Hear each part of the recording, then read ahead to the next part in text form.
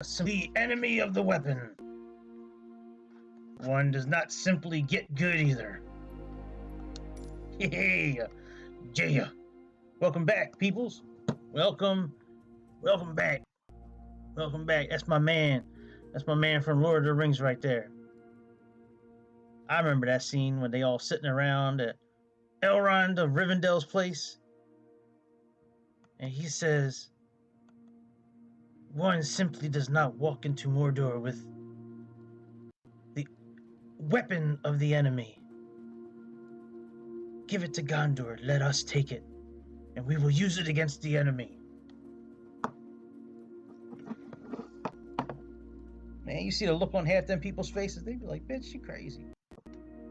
Let your crazy ass dad take care of that ring? Shit, the Sword of Gondor? Who's already been known to be using the, one of them things called, the big round orbs. The planters, golly, what the fuck is the name of them things? No, whatever. You know what I'm talking about. That thing Pippin grabs in the third movie or the second movie. I think it's a second or third movie.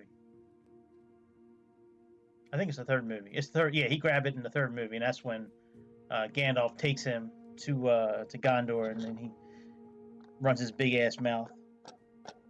Like, Boromir lost his life trying to save us. Me and my kin. Like, man, shut the fuck up. You're now in the service of the Sword of Gondor from here on out. Alright. He was probably drunk when he said that, though. He probably didn't.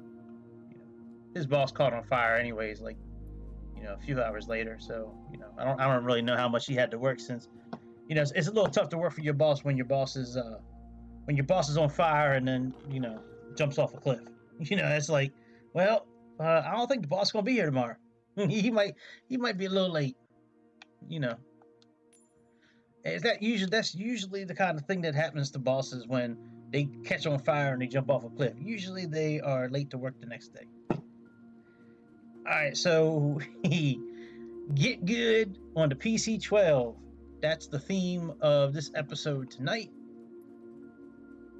And I saw this PC-12 flight. It's a short little flight. It's about 50 minutes long from Iliamna, Alaska to Anchorage, Alaska. And it's actually this air taxi company. It's Iliamna is the air taxi company. If you want to look this flight up on FlightAware, the flight number's in the description, but it's IAR. What the fuck is the rest of it? IAR 805. Alright, so let's put in Pale.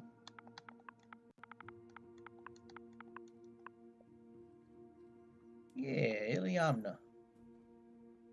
Yeah.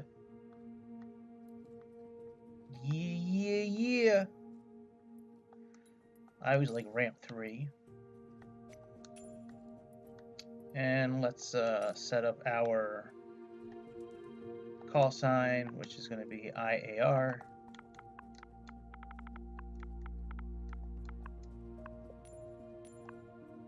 Got to enter it twice because, you know, that's Xbox.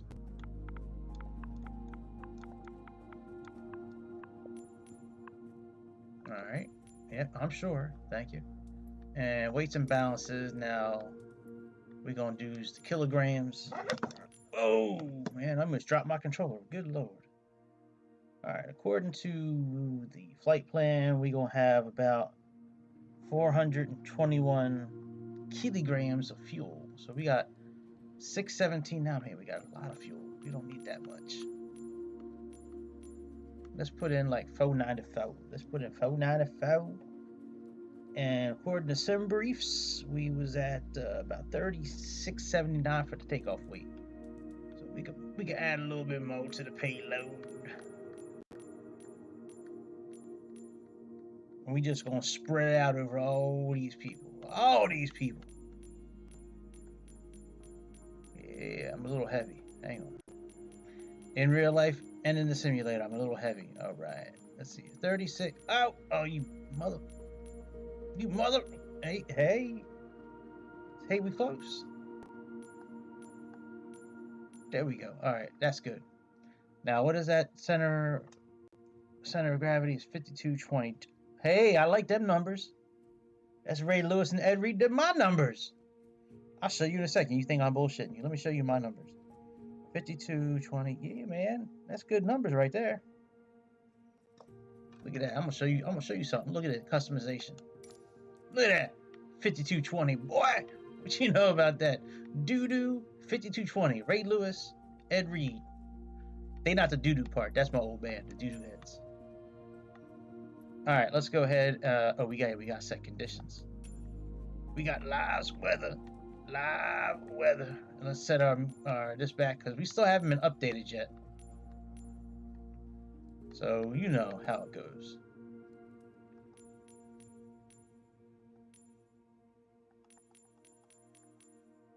Yeah, that works. All right, and this plane took off at 22:43 UTC, and they're 9 hours behind UTC. So 22 minus 9 would be 13. So it's 143. So we'll set this for like 110, I guess.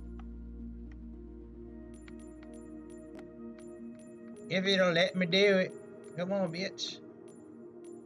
All right, that's close enough. All right. Let's go. Let's go, baby.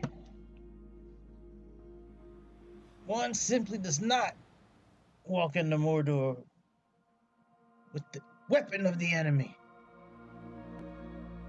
One simply does not get good at the PC-12. Actually, this playing kind of easy to learn, but learn a skill for everybody. It's a little different with some of the equipment, but overall, it's just like any other airplane. There's buttons and knobs and switches, a yoke and throttle and gasoline and all that bullshit. I do love me this airplane, though. This airplane is a cool-ass airplane. Yeah, Cariendo did a good job putting this thing together, man. It's a cool little airplane. Can we open you up? Oh, yeah, look. Oh, shit. I didn't know that happened. Hey, what's up, peoples? Hopefully none of y'all are Instagram stars. Shouldn't be making that joke, but that was a fucked up flight. I don't know if y'all have heard about that flight, that Piper Cherokee, Piper Comanche flight that crashed. It had like six people on board plus like the pilots and shit. And it should have only had like 2 or 3 people on board, and they were off on the weight, and they had somebody flying the plane who like never flew that plane before. It was just one. It was like one final destination scene after another. Like it was just like, oh man. Like if that was a movie and nobody told you the name of that movie, you'd swear it was like Final Destination like 16 or something like that. Like, all right, let's turn on battery 1, battery 2, and standby bus. I don't see any external power, so we're gonna have to turn the engine on. So in order to do that, let's go ahead and push this fuel lever down there. Let's put the oxygen on. Let's go ahead and turn on some lights.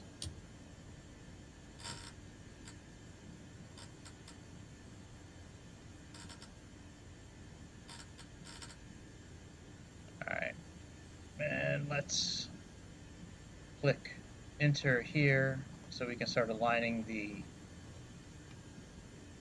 satellites, and let's turn the engine on.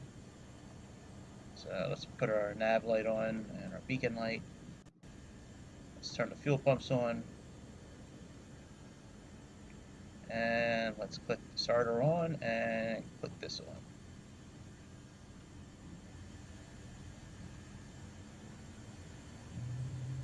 Once that NG gets up to about where it is now, we're going to take this lever here and move it to ground idle.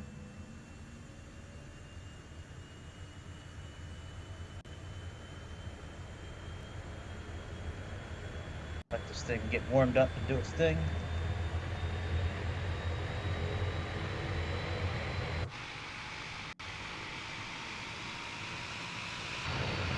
Should probably close the door, actually.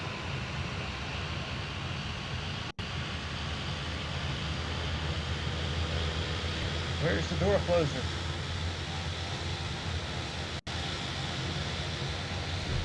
There we go.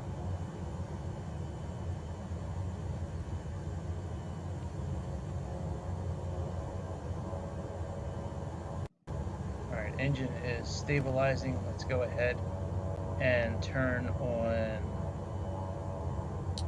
this generator, that generator, inverter generator, standby bus off, and avionics 1 and 2. Let's put these back to auto and put this on auto.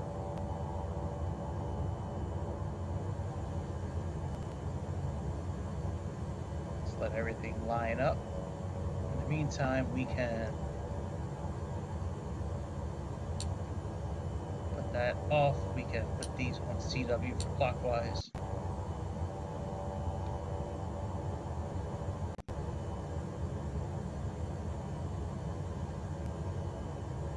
Alright, and we do need to come down here and set these trims to normal.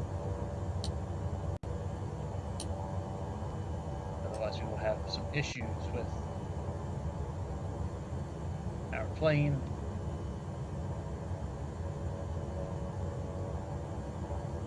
Alright, let's go ahead and set our flight plan. So let's go to flight plan. It's a pretty easy flight plan, to be honest. There's really not much to do. It's just like a couple of airports and a couple of waypoints, and it's not too long of a flight. So, all right, PAIL. Oops. Now to open this screen up to get to here, you got to make sure you click on this knob here. Click on it, and then here I'll show you again in a second. So now that we have the eye there, go to the big knob, turn that. Now go to the small knob, highlight that, and now turn it to whatever letter you want. I need L. Yep, now I'm gonna click enter. Alright, so let's say you were on this screen and like nothing was like lit up, like it just looks like that, and you want to put something in. What you want to do at this point is, let me bring up the flight plan so I can enter the next thing in. So I want to enter something in the next line. So go down to this little knob here, interact with it, and then push it in. And then turn the little knob, and that'll bring up the letters. And we need N-O-N-D-A. So let's type that in. So N, go to the big knob, turn that.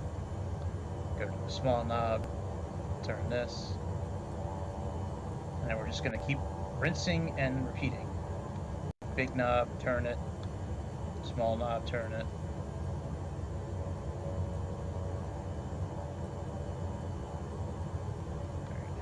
Big knob, turn it. Small knob, turn it. Alright, there's our waypoint. Let's go small knob, start turning that. For SNAAG. Alright, small knob. Big knob. Big knob. Small knob. Big knob. Small knob. The grunting noises are optional, by the way. You don't have to make the grunting noises. Alright, now I'm going to put in our destination. So that's PANC for Stevens Anchorage International. So PANC. Big knob. Small knob. Enter. Alright, now we're going to go ahead and go down here to procedure, this button right here. We're going to select our approach first, because we can. And I'm doing the ILS 7 left, that's right. So I'm going to hit enter here. Now I'm going to use the big knob and go down. Oh, they don't have...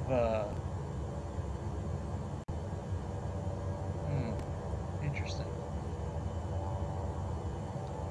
I might have to leave it on vectors.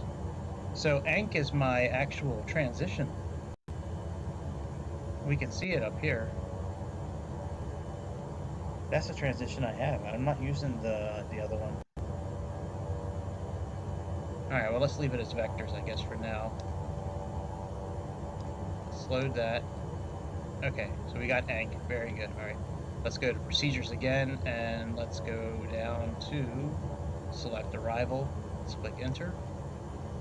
And we are doing the Neil 6. Let's load, and our transition is snag. Which I don't see. What the hell is going on? I know I have a older air rack, but still, I mean, okay. Hammond, bait. So I guess it would be Hammond.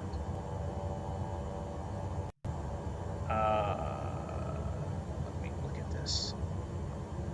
Let me look at you. Hammond. Let's look at this together. And let's put this on the chart here. Nando.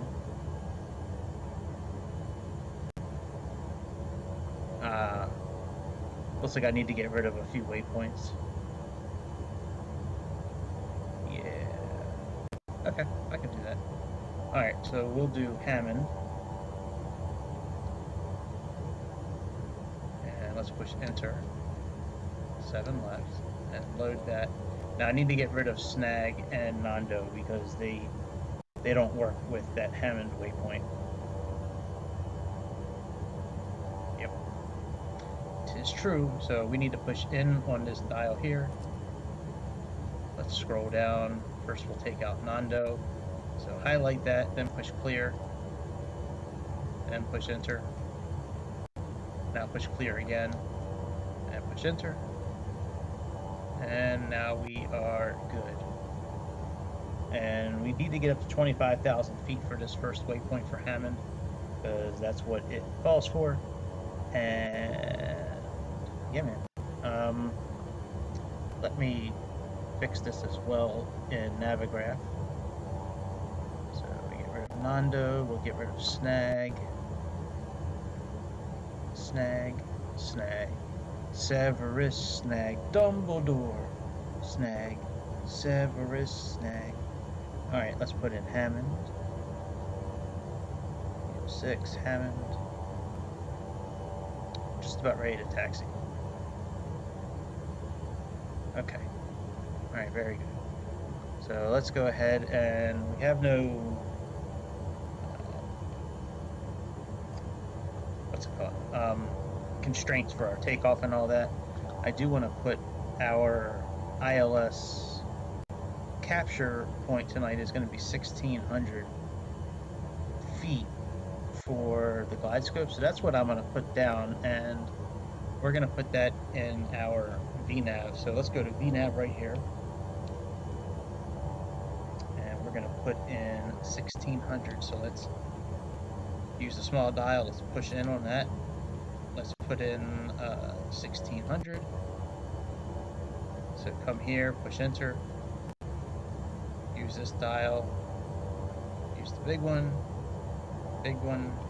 small one. Alright, 1,600 feet, push enter. Alright, yep, over sea level. Let's do like a half a mile before, so use the small knob, big knob, small knob, big knob, small knob. Alright, half, enter. big knob, small knob, small knob. Yep, the 4 Webby, right.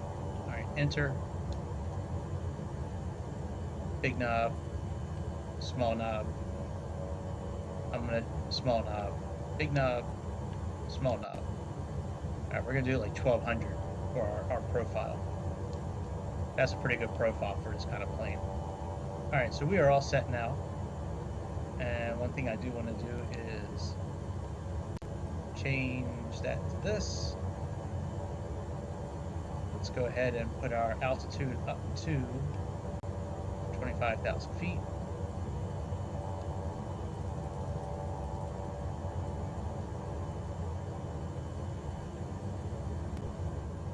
Let's put on the rest of our torpedo prop,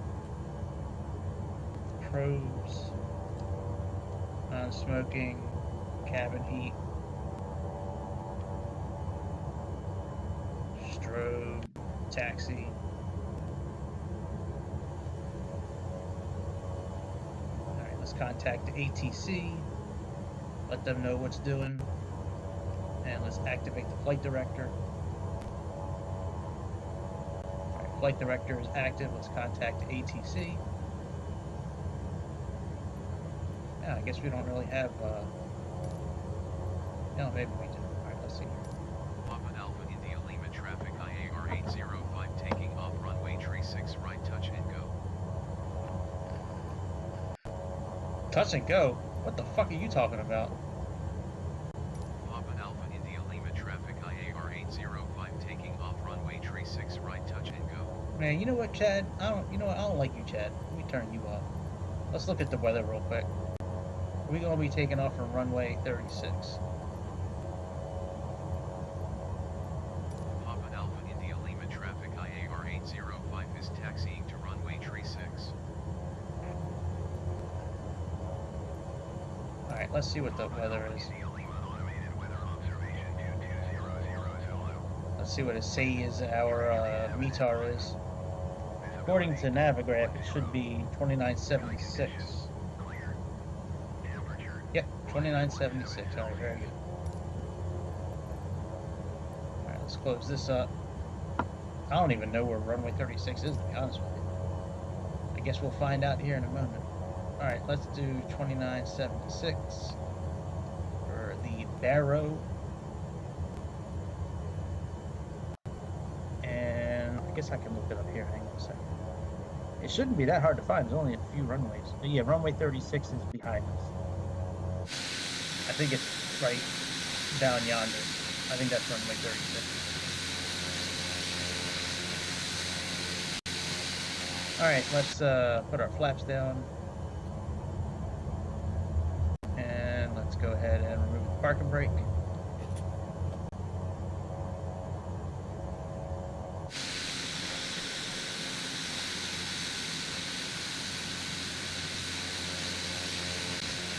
Yeah, I think runway 36 is right behind us. Yep. Alright, sure thing. I'll go right through the other airplanes, no problem. This is one of my favorite little planes in the game. This plane is so cool. Almost as cool as that Meridian, the Malibu Meridian. This plane, I just love the interior of this plane.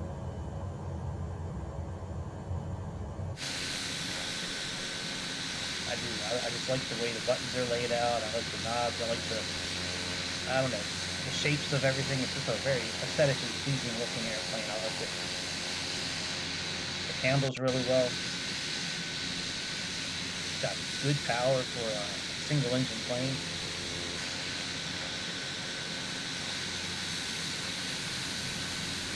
It's tough looking too, man. It's sleek looking. It's got a big ass mustache in the front of it with the pipes. That big old propeller, look at that thing, man. It's gonna chop your head off. Like a piece of cabbage. Chop you up, man. Chop, chop, chop.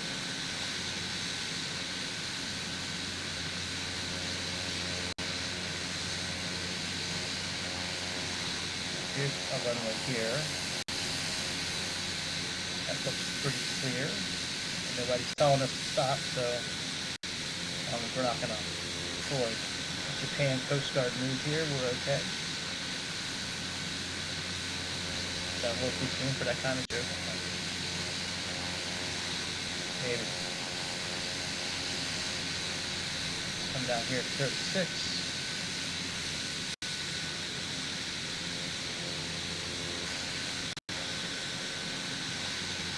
We're going to announce it. Giga Chad, we go announce it.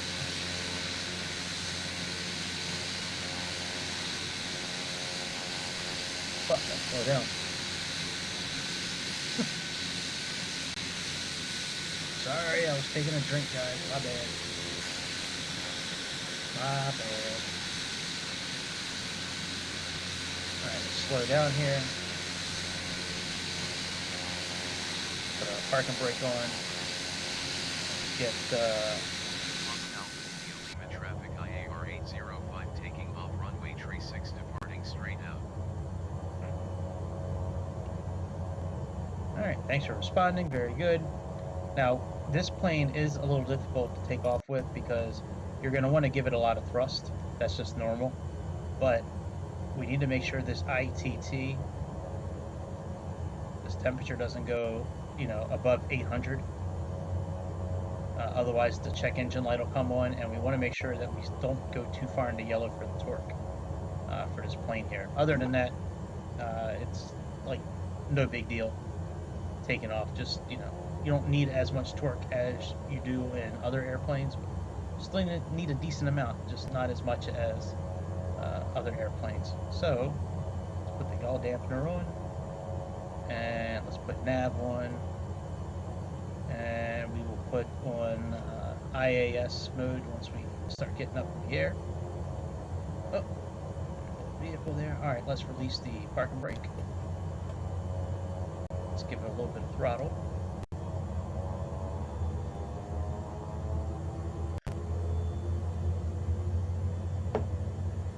God, that filter's disgusting. Jesus, I'm gonna change that.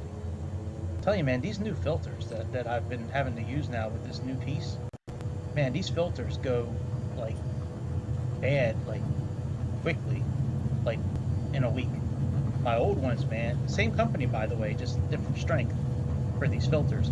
The company the old filters I used, the ones that could handle more wattage, they would last like 2-3 weeks. Alright, we are in the air. Oh shit, I forgot to do one thing. I forgot to do this last time too, and it almost cost me the whole flight. I always forget to do this. Don't forget to move this to flight idle. That helps a lot. That helps a lot.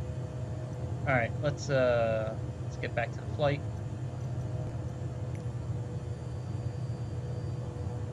Alright, let's put our parking brake up. I mean, not parking brake, our landing gear.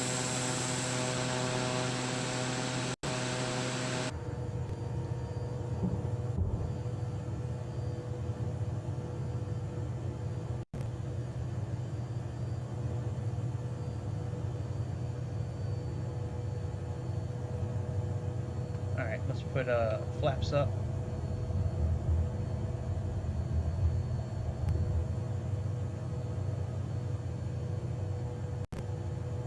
Anchorage Center IAR 805 is type PC-12 2 miles north of Papa Alpha India Lima 800 feet. Request flight following. IAR 805 Anchorage Center. Squawk 0205. Squawk 0205 IAR 805. IAR 805 radar contact 3 miles north of Papa Alpha India Lima 1,600 feet. QNH 29er.076. Roger IAR 805. Now, I'm getting ready to go into IAS mode. Autopilot's on, and let's click IAS.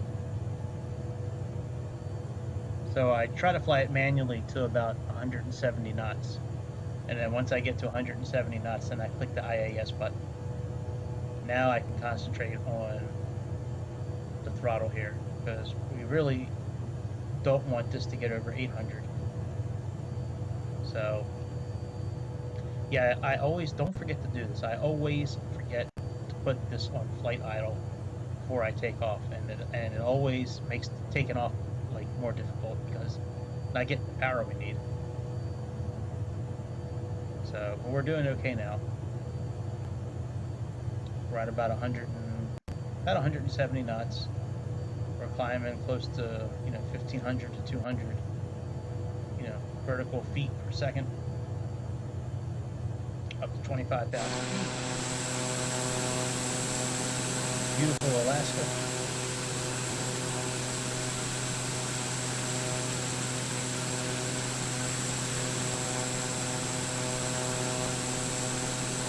Good old Swiss Pilatus PC-12.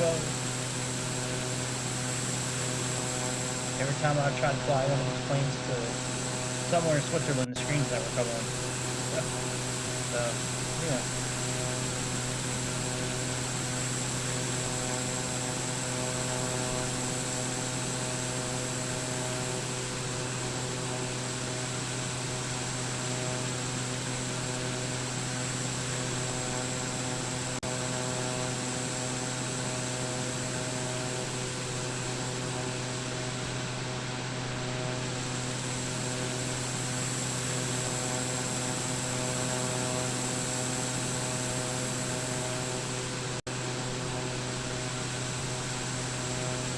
Let's turn off the taxi landing lights.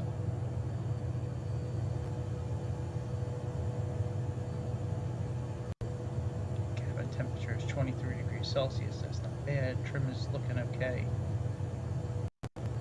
Let's declutter some of this. That's doing okay. Autopilot trim is on, that's good.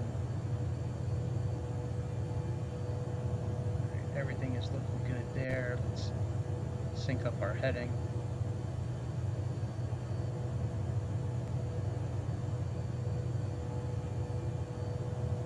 We're about 1,600 feet per second. We have 25,000 feet armed. About 170 knots. Pressure is looking okay. Let's change this. I like looking at the altitude. There we go. -10 outside. We could probably turn off the icing equipment now.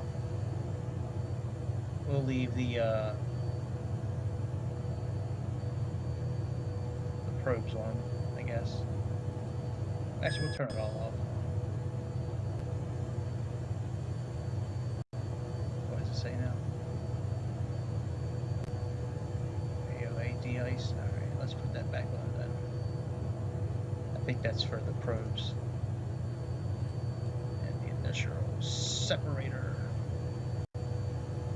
Yep.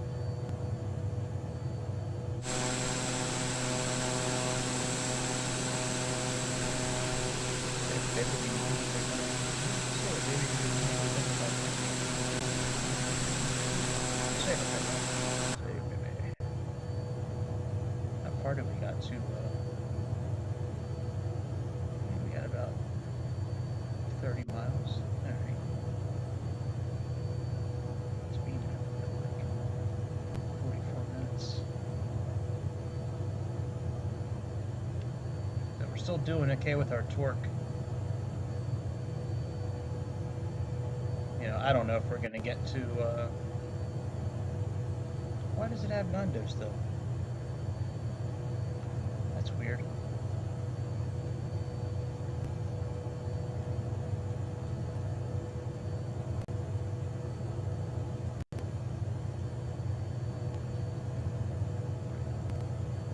Alright, well, it's got us going to heaven. I don't know why this still has Nando. That's weird. I erased that out of the flight plan. Just being silly. Alright, we can move our torque up a little bit.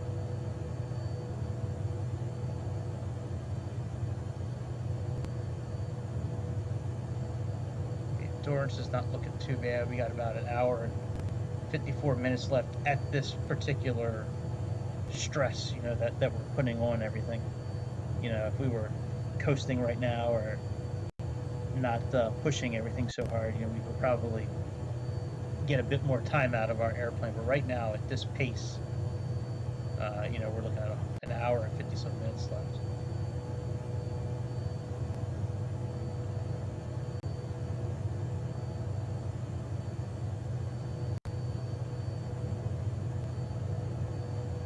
It's got to be pretty stressful when this engine going, you know, I mean, taking off in frigid air, then going into more frigid air, and just being one engine, you know, it's got to be tough.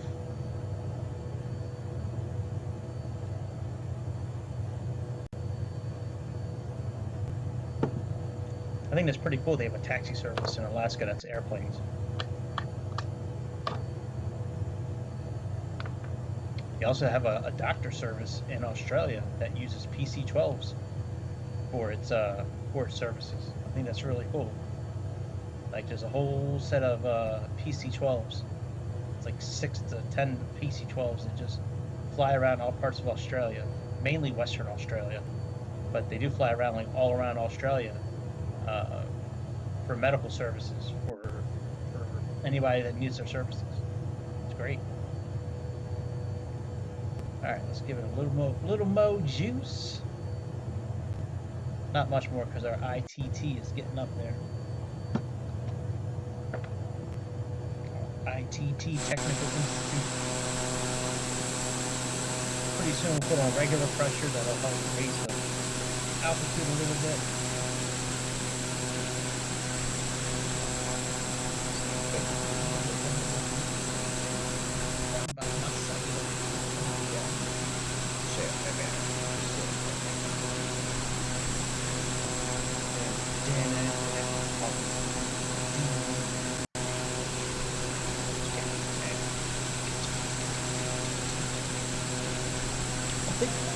I'm thinking about doing something new with this channel. Like on a, I don't know about daily basis, but like maybe every other day. You know, find like a handful of articles. Think about finding a handful of articles, reading them online. You know, having them up on the screen as well. Pulling them up online and reading through them and talking about them. I think that'd be alright. There's a lot of simulator news going on. Flight simulators lately. And a fair amount of misinformation as well, so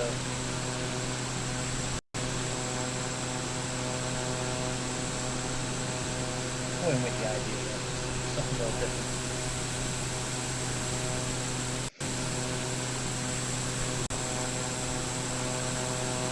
Sorry about that.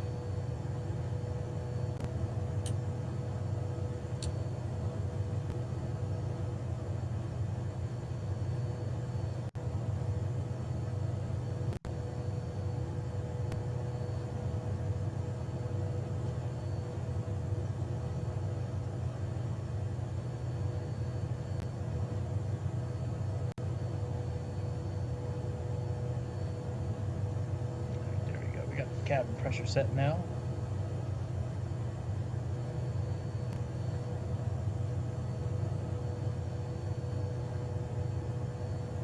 And let's go ahead and set standard pressure as well.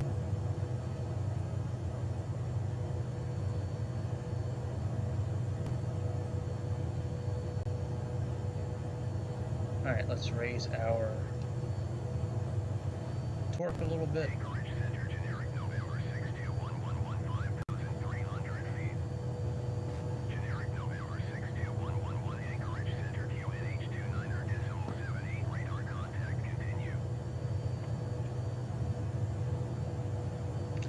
Well, I don't know if we're gonna get the 25,000 like we're supposed to at Hammond, but whatever. Maybe we'll just stick at 20,000.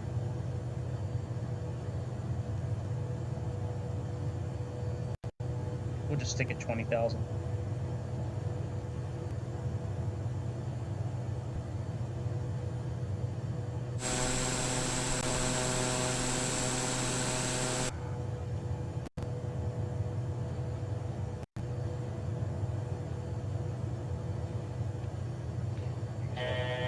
Almost at Hammond.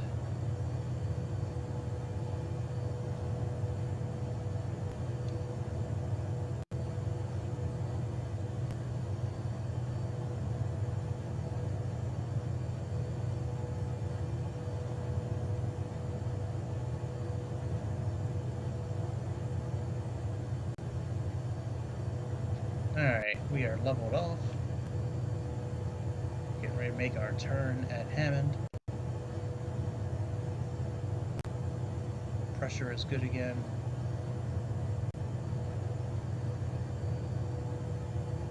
Yeah, it was weird.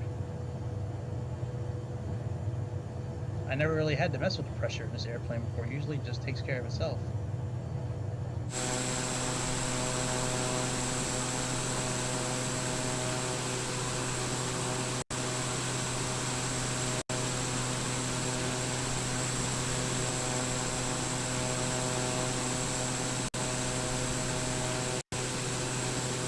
Alright, so we are just now turning to transition for our arrival. Hammond is the first waypoint in our arrival.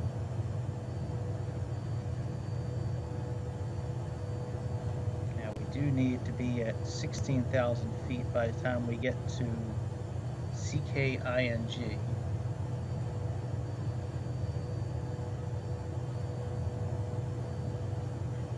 So that's saying we got 55. Okay.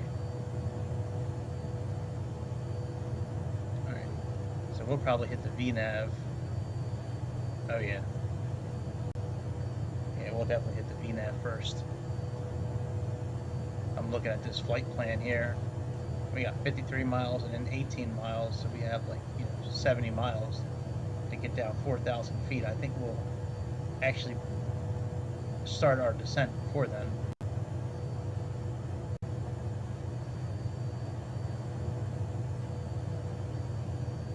Alright, let's sync up our heading. And since we have some time now, I do want to set up our ILS for tonight. So we have 74 is our course, so let's go ahead and program the course right now. Let's come down here. Alright, we already got the heading synced up, so let's come up here. Let's click heading. Let's come down here and click on this nav button. Put us in localizer mode. Let's take this knob here and turn this to 74.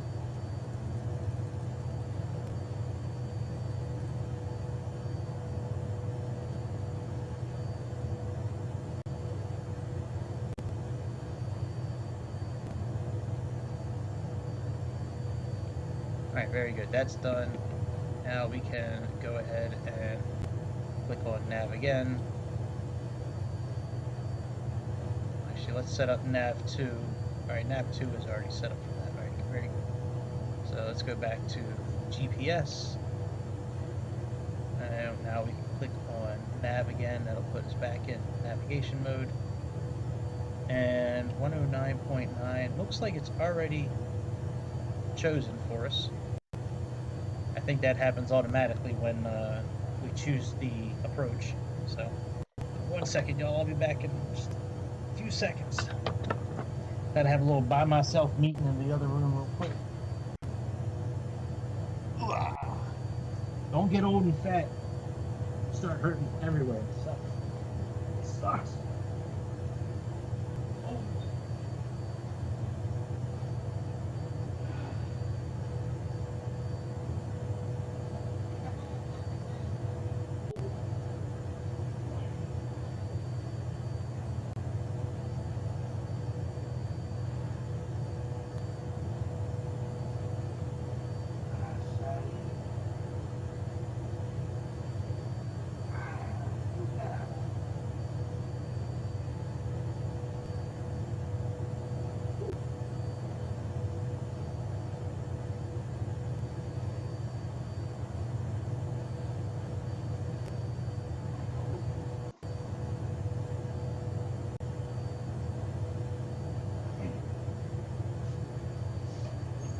good PP, you know what I'm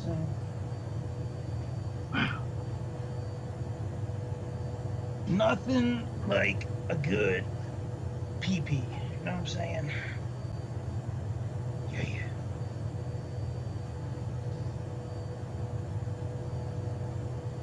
Yeah.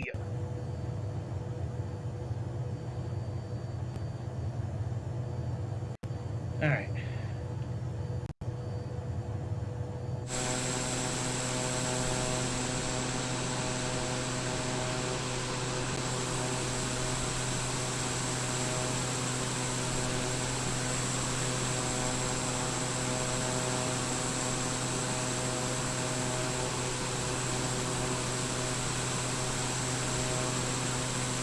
It's been a lot windier than normal lately with this simulator.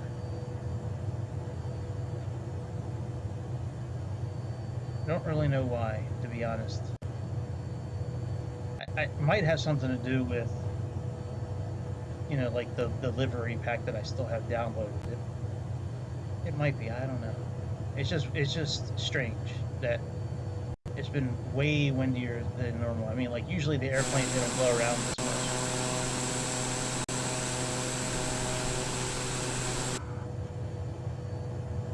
All right, we got what, 5 minutes. Oh shit! I might as well turn it all the way down to 1600.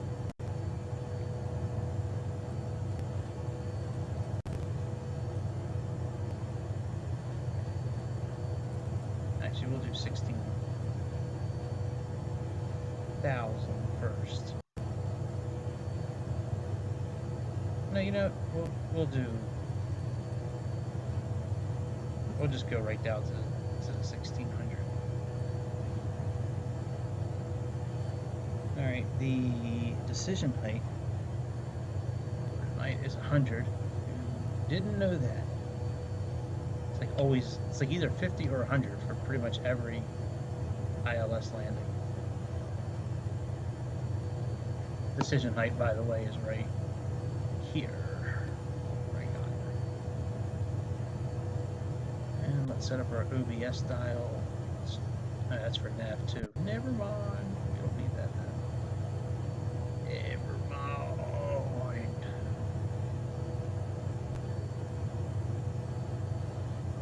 About 4 minutes. The way I like to descend, I like to slow down and get down to about 170 and then push IAS and just kind of kill the thrusters. Well, thruster, not plural. The deep thruster. Sometimes 180, 190 with the descent.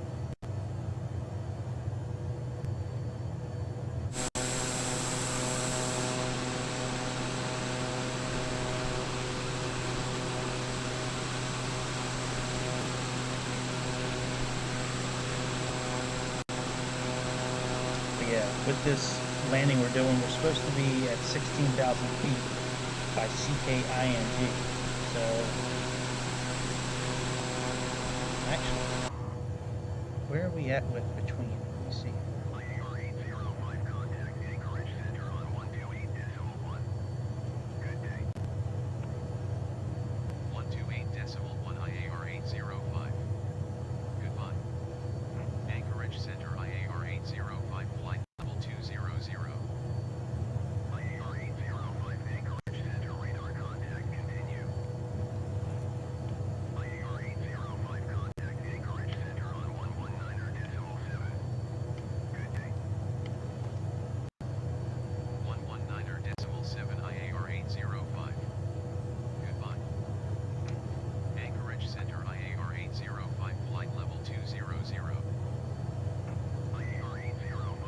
I think that's better now. I think 1500 is probably a bit more realistic. And that'll also put us closer to the waypoints that we need to be at for those particular altitudes. Because the next waypoint is BTWEM, we're supposed to be at 20,000 flat. And then we have 18 nautical miles roughly to get down to 16,000 feet. Then after that, we have 24 nautical miles to get down to 10,000. And we got 25 to get down to 3,000. So, you know, the arrival hasn't stepped out pretty good. You just gotta follow it, but it looks like it's about a 1,500, you know, vertical feet per second kind of per minute kind of descent. I guess that'd be maybe like a 2-degree slope going down, 1.8, 2%, somewhere in that area.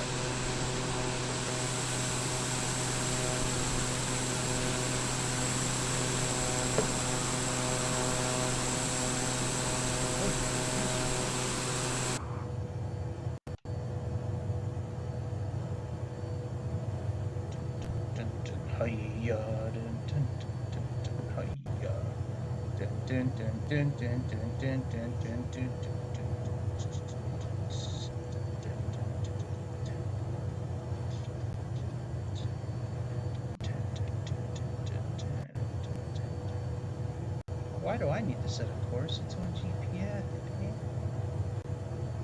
don't need to set a course. Set a course 62 for what? For what, bitch? What? What do you want? It's on 62. I'm not moving my course. I already got it set for the ILS. You move your course. I'm not moving my course. You move yours. You move yours.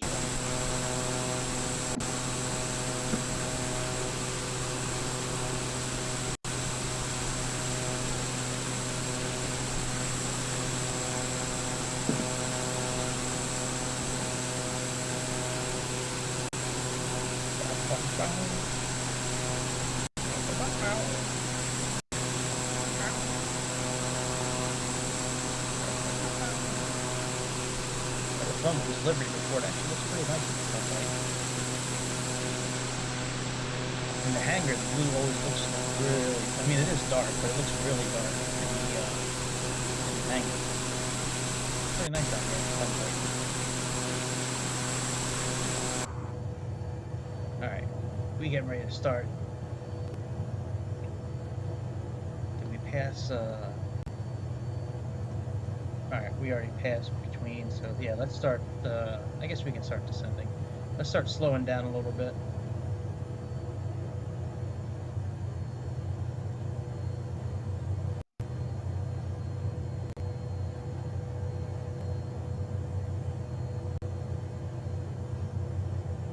Let's get down to like 185-ish. And then we're gonna, excuse me, and then we're gonna click IAS.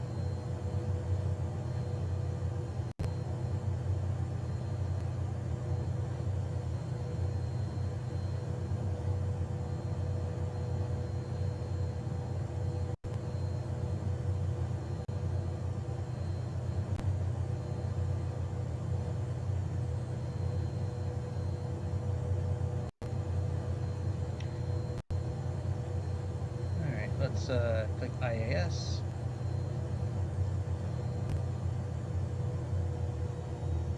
Let's reduce our thruster even more. And that'll have this bad boy pitching down.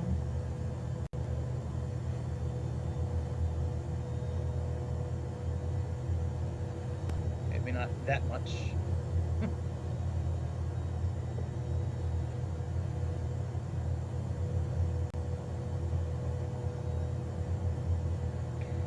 Let's go ahead and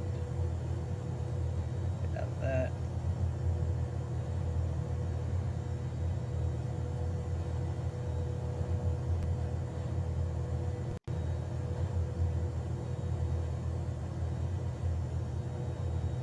Alright, what's the METAR for Anchorage? It's 2966. Let's get that ready. It's right on Navigraph.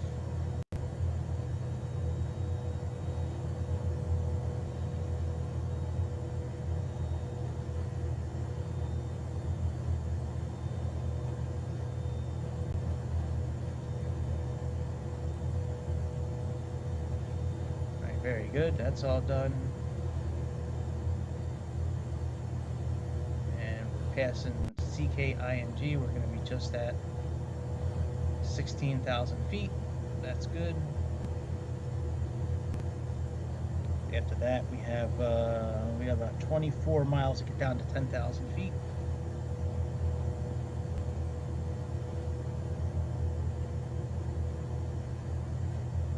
Yeah, that's looking pretty good.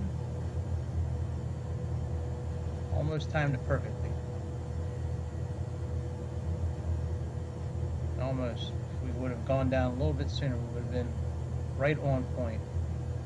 But not bad. About 250 miles, 250 feet over where we should be. All right, snag. That's our next one. That one we should be down to 10,000 feet.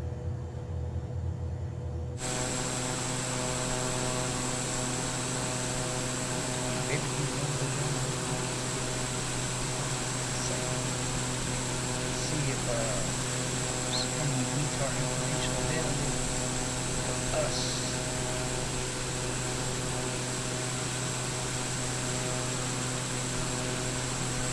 Yeah, like this. I don't believe that. Big ass airport. You got no retard information. I'm looking at your retard information right now, buddy. Maybe we're too far away from it.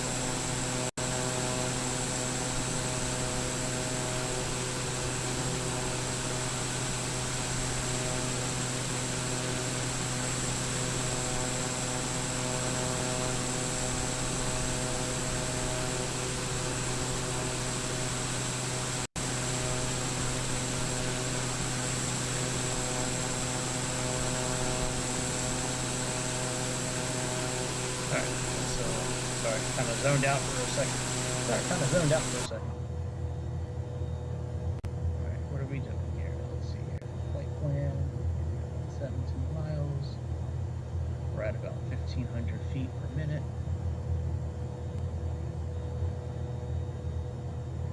Alright, so far so good. Probably slow that down a little bit. Let's give it a little bit of thruster. Just slow that down just a touch.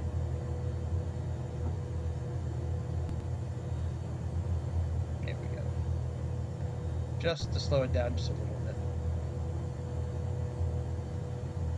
Okay, so we got about 14 miles left.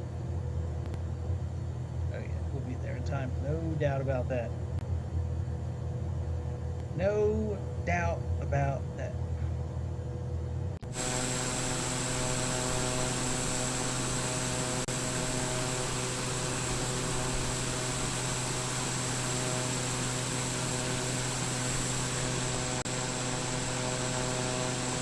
Going to be over this water pretty much the rest of the flight.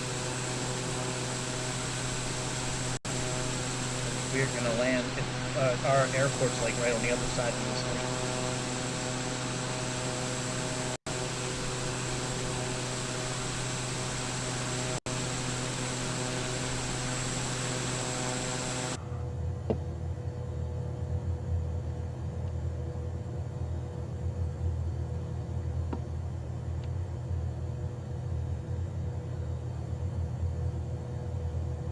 Snag, ank.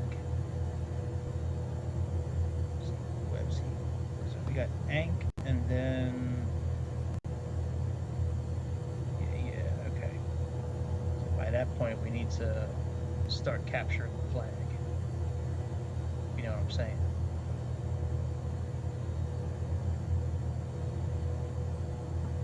Start capturing that ILS flag bucket.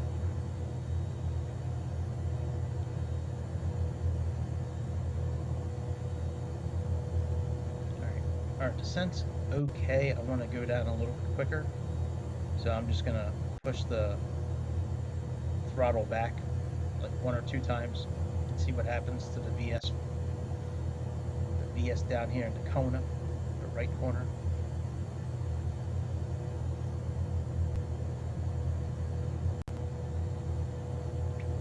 Which, if you wanted to see it on the airplane itself, that VS counter is right here. Right yonder. Vertical speed, thousands of feet per minute. Here's our altimeter. primary flight display, our MFD, or CDI, depending on what you want to name it. There's our flaps up here, our airspeed in knots, VOR/ADF indicator, horizon indicator, OBS dial for nav2.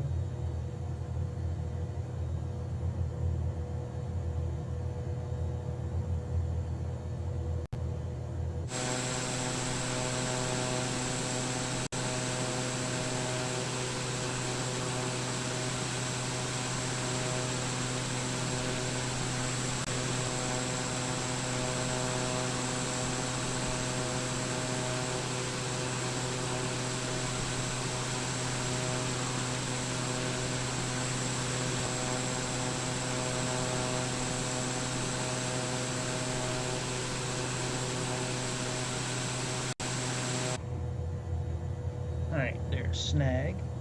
Then we got 9 miles, 9.7 to Neil, and 14.7 to Shinkin, and then we make our turn towards the ILS. So far, okay. What we can actually do, I mean, if you really wanted to, we really could. If we didn't want to follow, like, the rules, we could just kind of put ourselves in localizer mode now and just kind of use that to, you know, line up with the ILS, but we'll stick with the flight plan tonight. But if you really wanted to, you could. I mean, it's a simulator, you know, it's not like anybody's going to come after you for flying the plane how you want to fly it. It's just a simulator.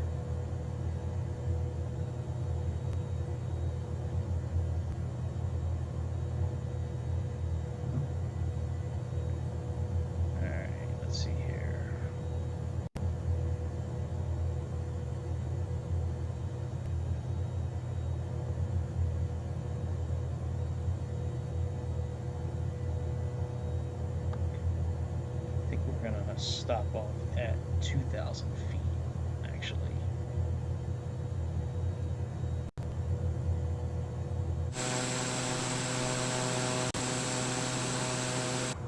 Let's go ahead and put our prop de-icing on. It's on auto, that's good. Let's put landing lights on.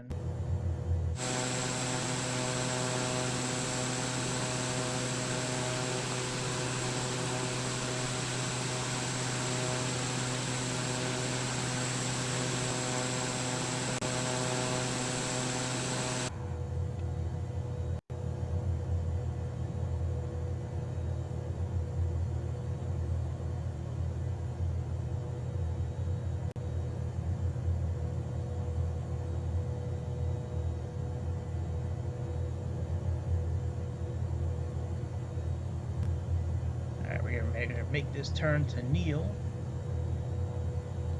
as you can see right here.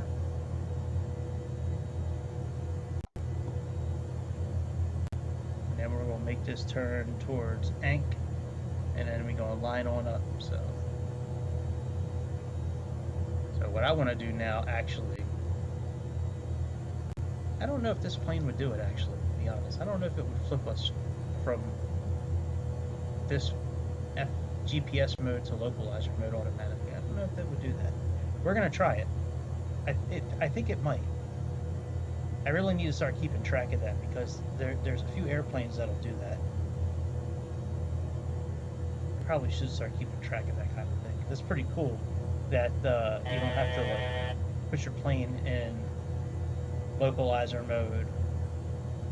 You can just click approach and the system just flips it automatically to, you know, from GPS to localizer mode automatically. I think this plane does do it.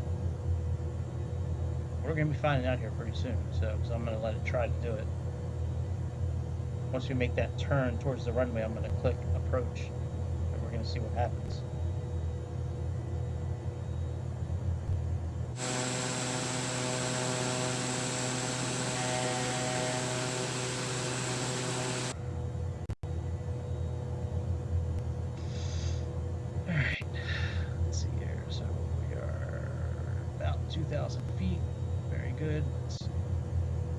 sure we start slowing down a little bit.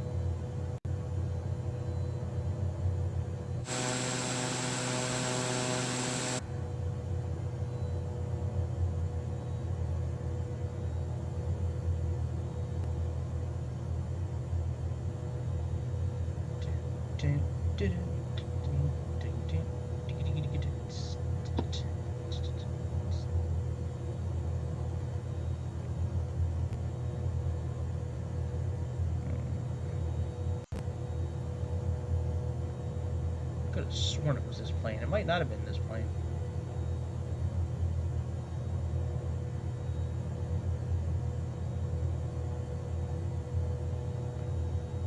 I could have sworn you were it, PC. Thought we was like this, son. Thought we had an understanding about GPS and localizers. Guess not.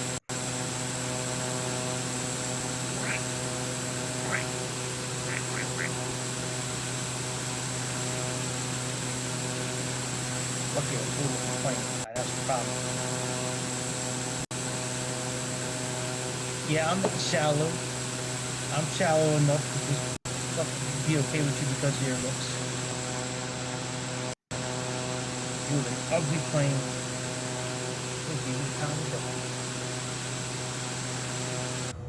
You wouldn't even be on my burner phone. You know what I'm saying? Like you wouldn't make the cut. I'm trying to click approach, but nothing's happening, which kind of makes sense because we're not like, you know, like we're not in range of the localizer or the glide scope, but I was just trying it anyways. Because I mean, it's pulling something up,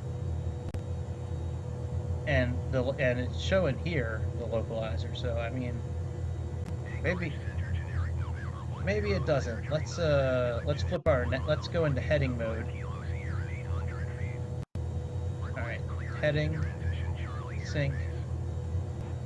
All right, heading mode. Let's click nav.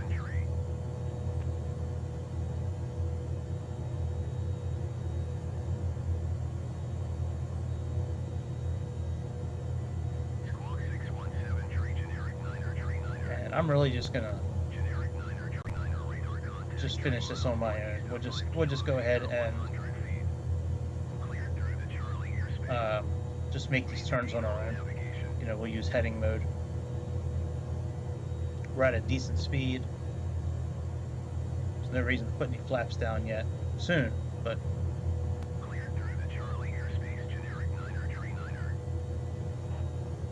okay, we have up to 15 degrees, so 163 knots indicated airspeed for the first set of flaps, and then second flaps is 130 knots indicated airspeed.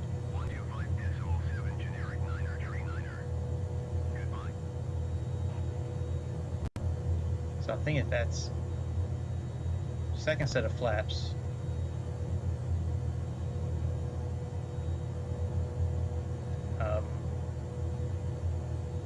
at 130, we probably would be landing around 110, 115, I would think. And I believe this green dot here is the lineup for the localizer.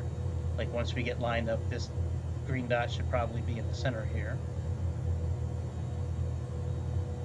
And once we get close enough, we'll more than likely see the glide scope. There we go. There's the glide scope. Let's go ahead and click approach.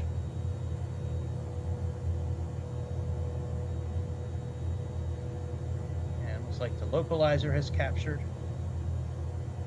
So a lot of times these airplanes will not let you activate the approach mode if the glide scope indicator is not showing up anywhere. If the glide scope indicator is not showing up anywhere, you will more than likely not be able to click approach. Or if you do click approach and it lets you, you're probably going to have to click it again once the glide scope, you know, shows up. So now we're going to have to keep an eye on our altitude because I'm getting the METAR information from Naviga. I don't know if it's the same as what's showing here, so Anchorage Center IAR 805. Request clearance to transition Charlie airspace. it's 2976 is what it's saying, so let's change that. Cleared through Charlie airspace IAR 805.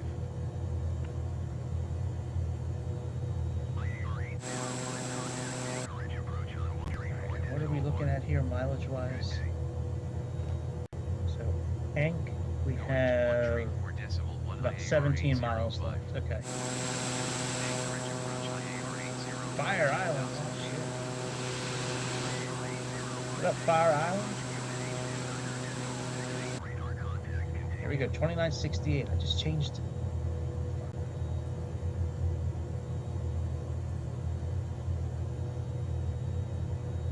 Okay, let's go ahead and sync up our heading.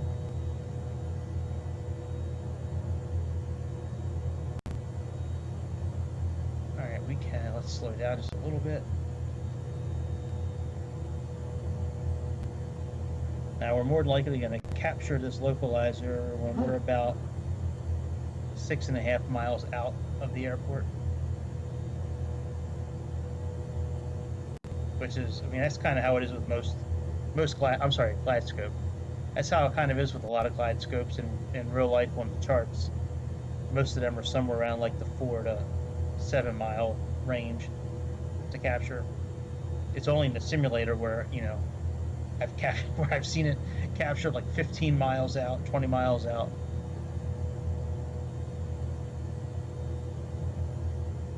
But we're looking okay. We just really need at this point just monitor our speed and flaps and landing gear.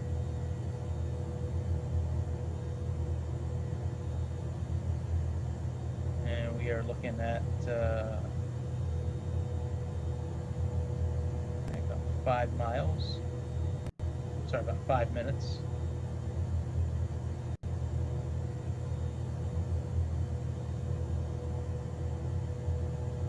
All right. Oh, it's icing.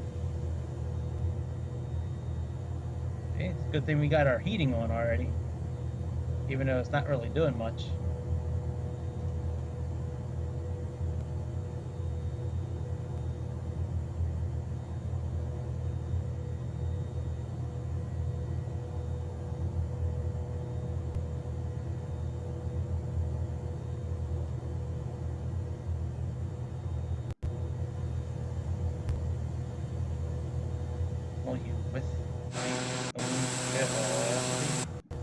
Alright, let's put our flaps down. Our first set of flaps.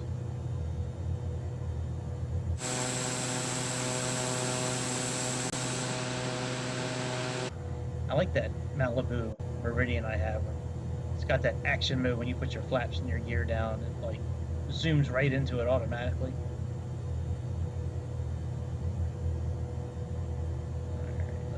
Bugsy. Oh yeah, we're pretty close. Let's put our gear down. Let's put our next set of flaps down.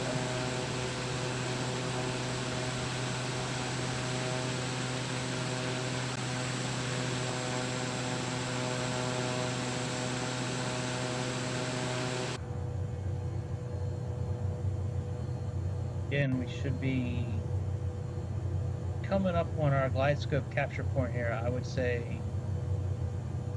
pretty fucking soon. Yep, there's Webby. Webby's our capture point according to the charts. Right here. Approaching VNAV profile. Well, thank you. So thoughtful. I got the heat on. Defrost, damn you, I got the heat on. I'm saying Giga Chat, hey boy, get out there and clear my windshield, bitch. Go ahead, get out there. Yeah, bitch. He's not doing anything anyways other than playing with his hair.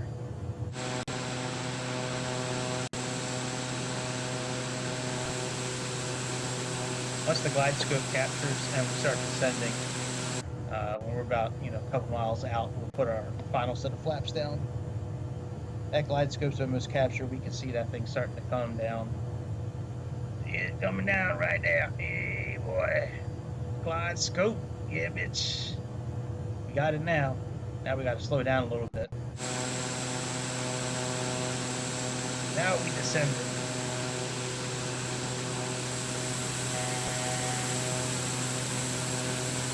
Making my airplane all cold wrong job.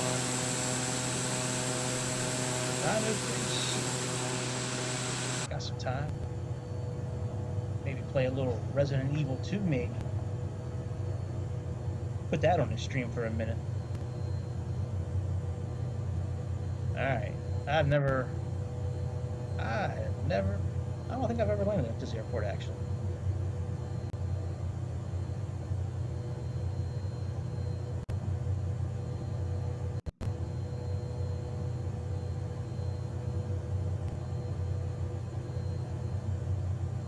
Airspeed is doing okay. Fuel is good, engine good, flaps good, trim good, eye good.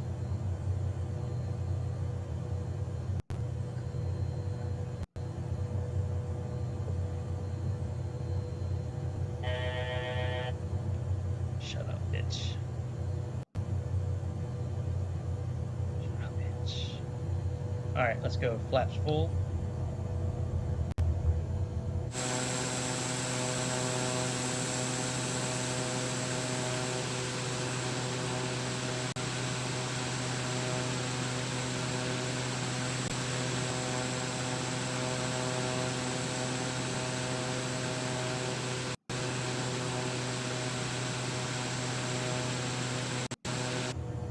Let's keep an eye on this because we may have to go in manually and do this manually. Depends on. I mean, I know that the METAR information is what it is, but sometimes, even though they tell us what the METAR is in this simulator, sometimes it doesn't matter. Sometimes just it's not taken into consideration.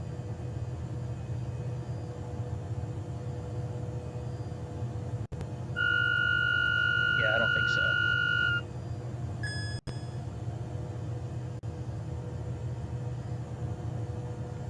We're getting ready to hit those trees.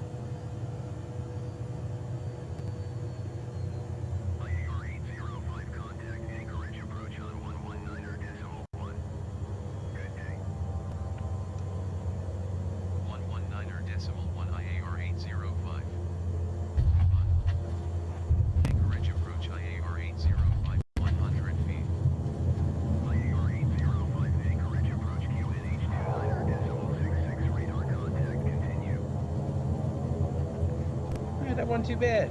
We made it. Yes, sir. We did it. That's for sure. We did it. Hopefully, y'all got something out of this. I know the PC-12 is not one of the more popular airplanes that's out there, but I wish more people would give this airplane a chance.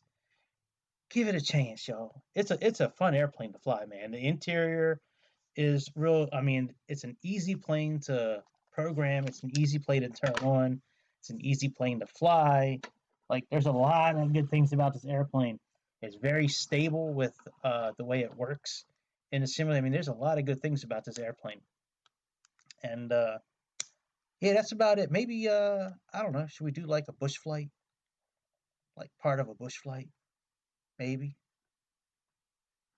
I don't even think anybody's watching, so I'm just gonna do what I want to do. I don't think anybody watching this thing right now.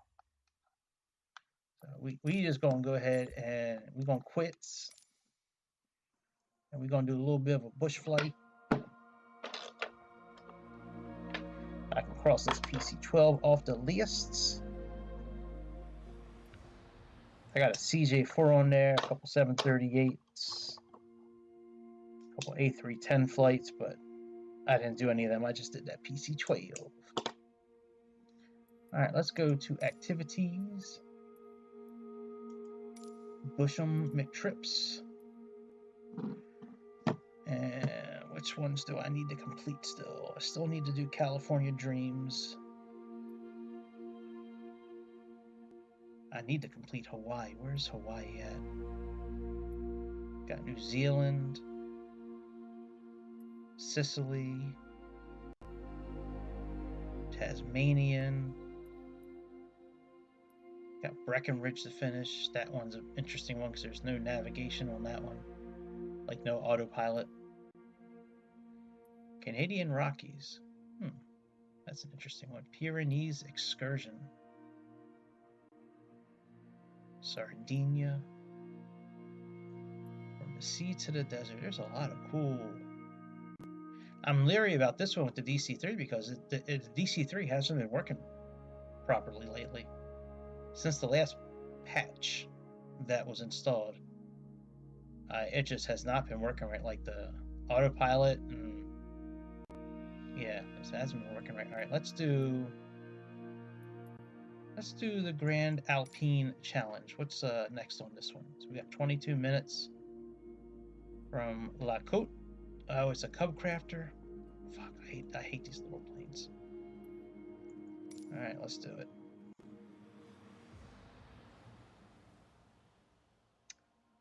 Pangees to Agent M install. So it looks like we're going from like Switzerland to Austria. I guess that's what that looks like here.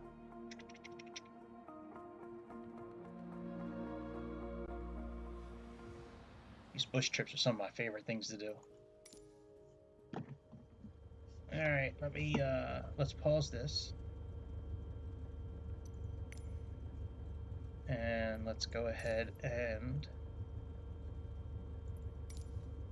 all right, so we have LOIR. All right, there's no METAR information. We're going 100 degrees. And we are going to EDGY. All right, let's click on this. Is there any information on that airport? ILS, VOR. Nope, no info. All right, makes that simple. All right, so we're lifting off 10,000 feet above sea level is the highest. All right, so we got to get to 10,000 feet. That's going to be fun in this airplane. And, oh, another grass landing. Motherfucker. Why did I choose this one?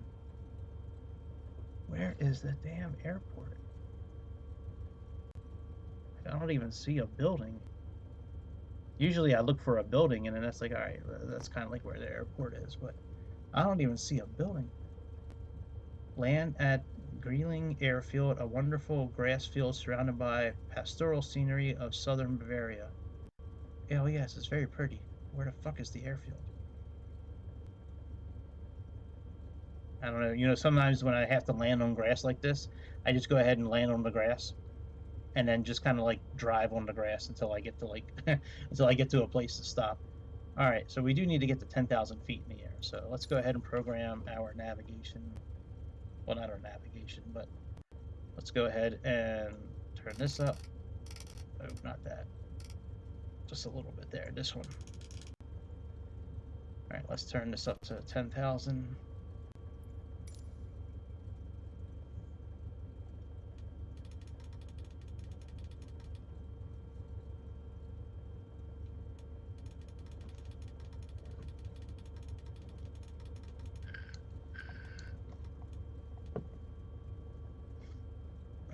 Let's go heading this way, and we'll go this way. All right, we'll choose heading mode for now. And let's go ahead and turn these on. We can release the parking brake. Oh, it already was released. All right, we are gonna have to adjust our fuel mixture in this airplane, so. All right, let's take off.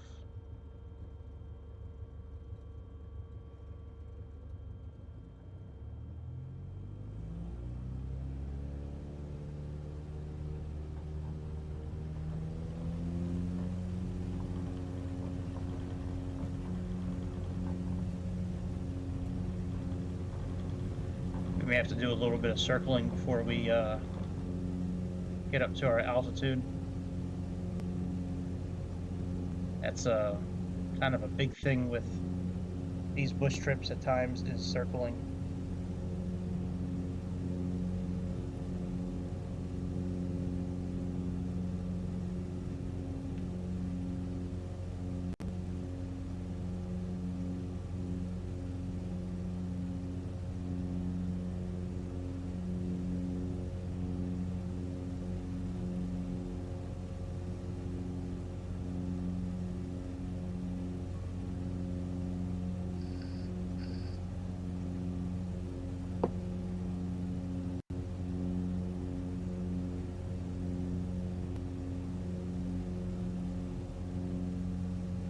Yeah, let's make another circle.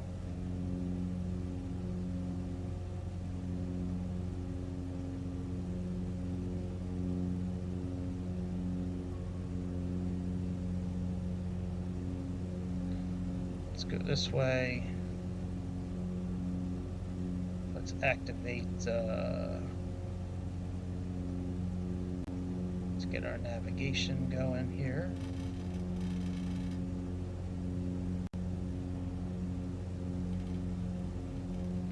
Alright, let's go this way. Let's do IAS.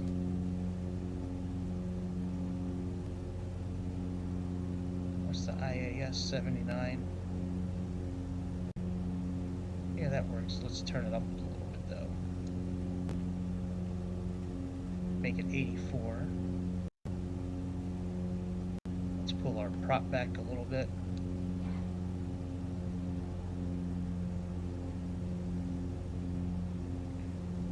Let's turn our heading a little bit.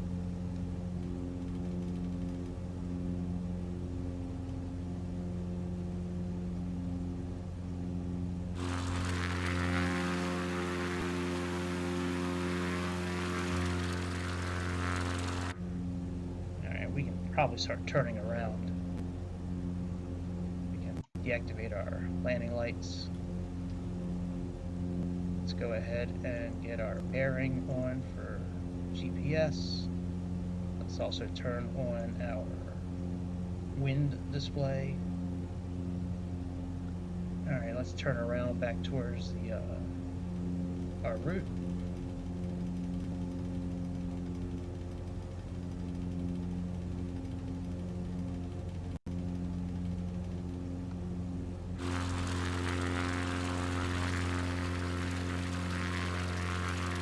Yep, these bush trips, especially with this little plane, this little cub crafter, making these circles is kind of a necessity, especially when you're in the Alps. Had to do a similar thing in Chile and Argentina. Had to do a similar thing in the Appalachians and certain parts of California as well, but definitely in these Alps, especially this trip, quite a bit of circling going on.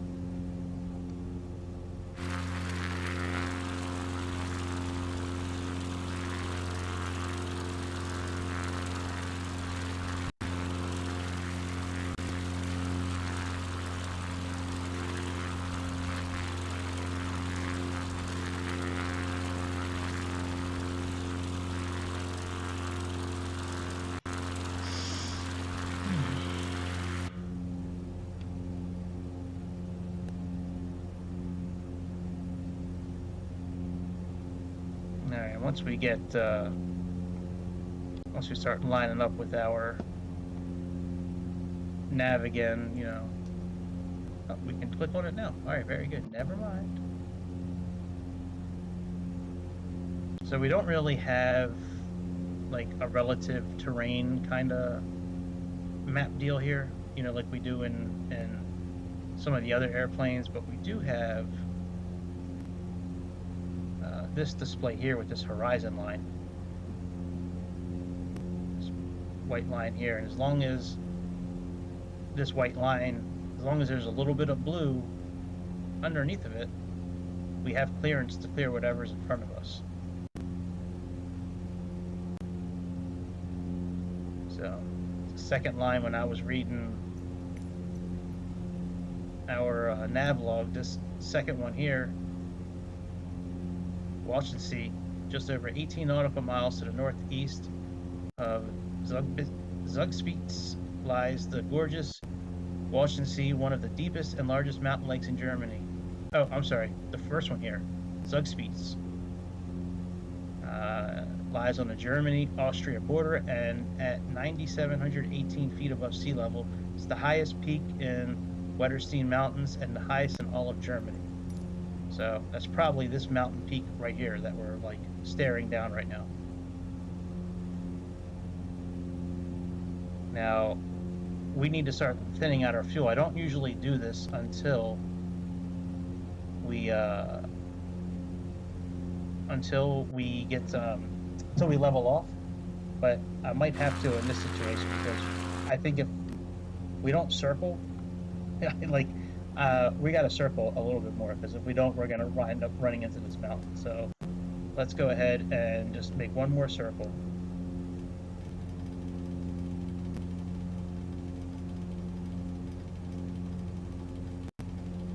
That'll give us time to get up a little bit higher at altitude.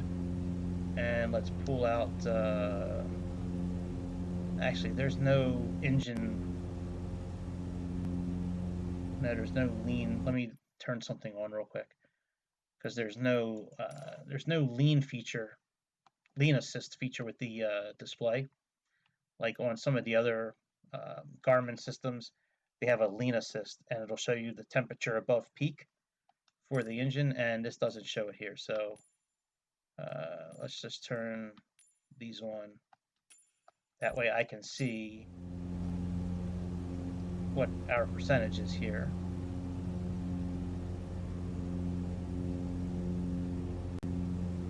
Cleaning out the fuel will help increase our climbing rate. Oh shit! Damn it! It's not what I wanted to do. Fuck.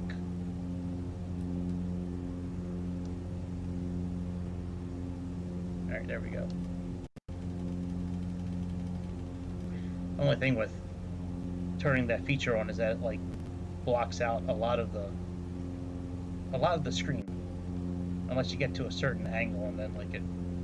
Yeah. But in the beginning, like when you're learning everything, it certainly comes in handy, even if it is like blocking. And in this situation that I need it for over here, it certainly comes in handy.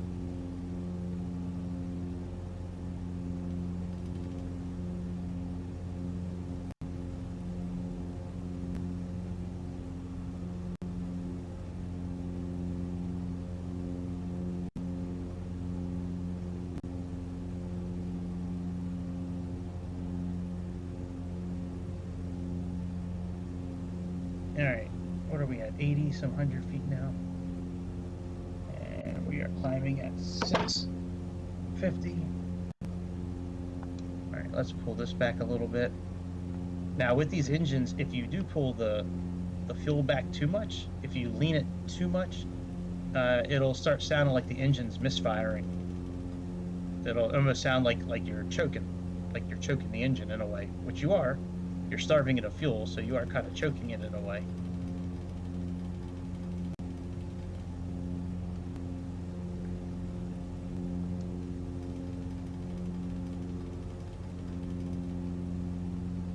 All right, let's click on nav.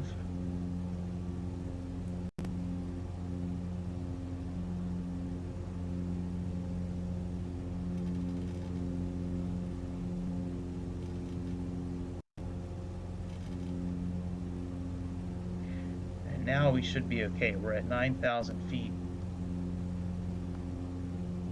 Let's go ahead and pull this out a little bit more.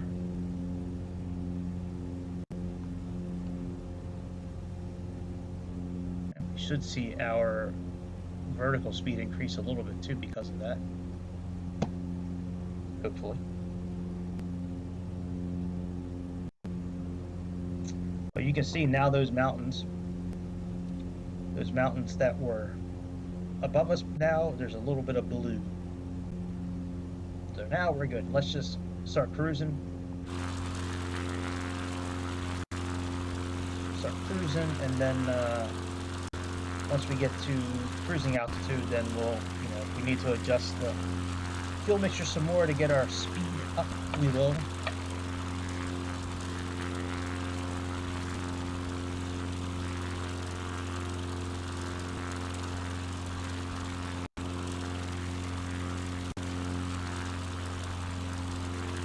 There's a few planes in Microsoft that you need to lean the fuel mixture when you get above 3,000 feet.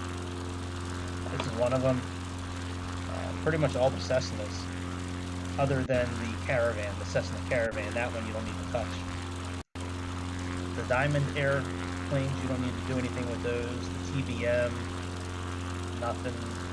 It's really just these Cub crafters and like the base model Cessnas.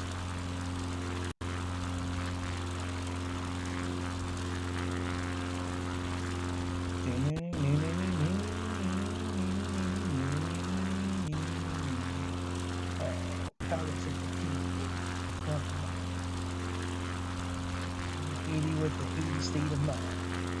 5 centuries, the penitentiaries left guilty. In the year of the boomerang.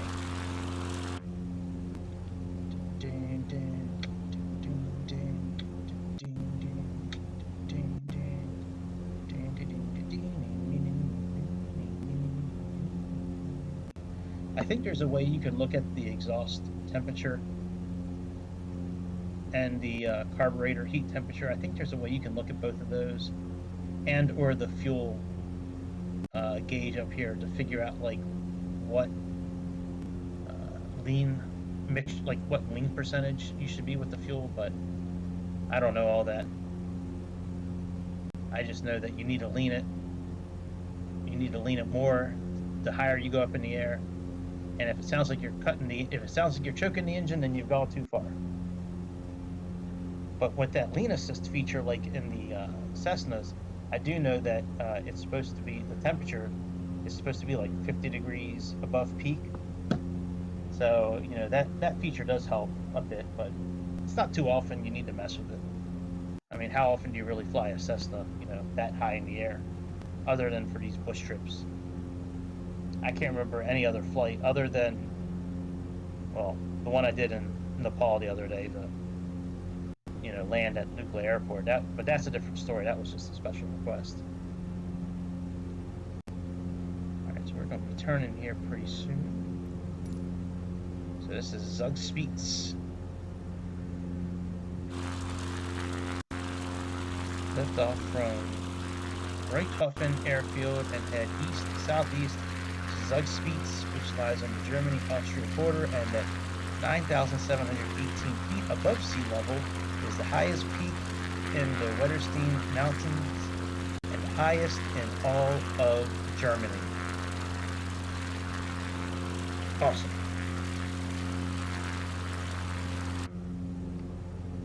Right, we're actually not doing too bad for, we're still 100%. Alright, let's lean this out a little bit more.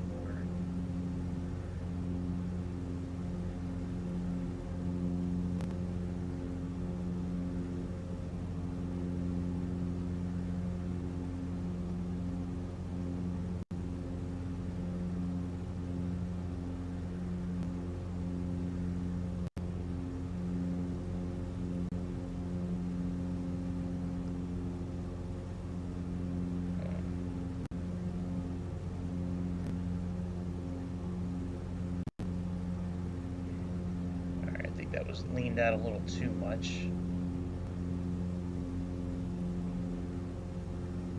You know, if you start slowing down too, that's a good sign that you're leaning it too much.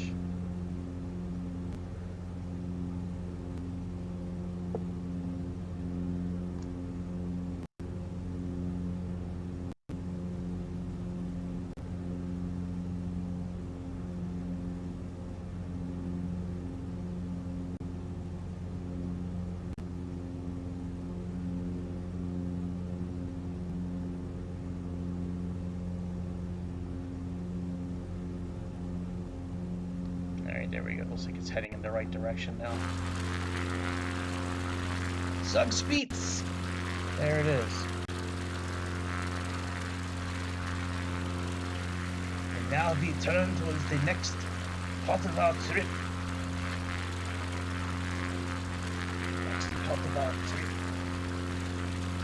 Walchensee, just over 18 nautical miles to the northeast of Msfs, lies the gorgeous Walchensee, one of the deepest and largest mountain lakes in Germany. Sweet. I wish I knew what altitude that was at, so I could decline a little bit.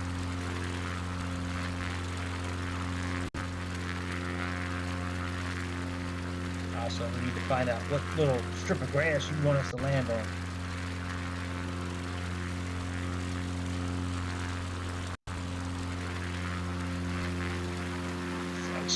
Such streets.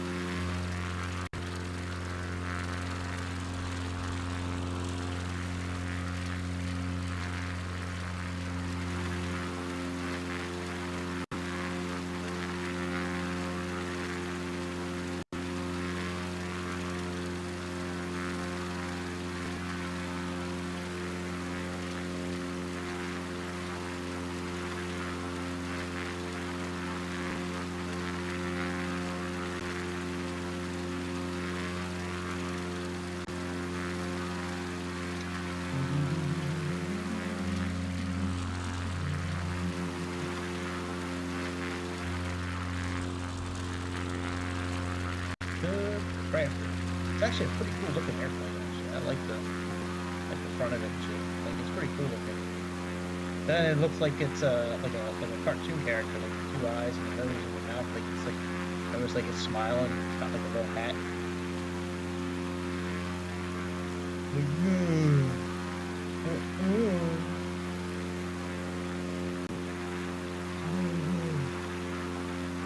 Anyways.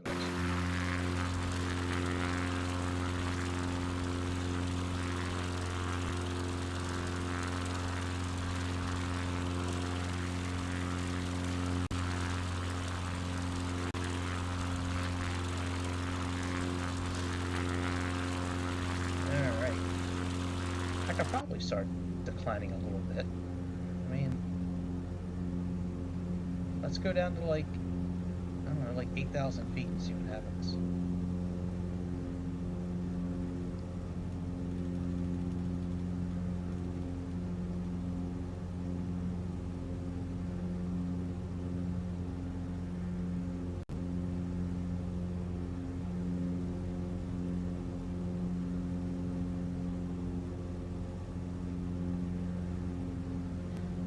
Let's go down to 8. No, we got 8,000 there. Let's go ahead and do BS and oops, wrong way. Let's go down 1,000. Use our throttle.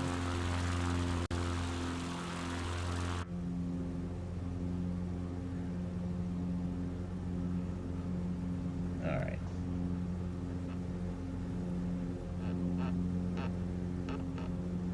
It's my hand, by the way. It's my hand, it's not my body. Well, it is my body, it's my hand, but it's not what you think it is. Yeah, I mean these mountains are well below the horizon line here, so should be okay.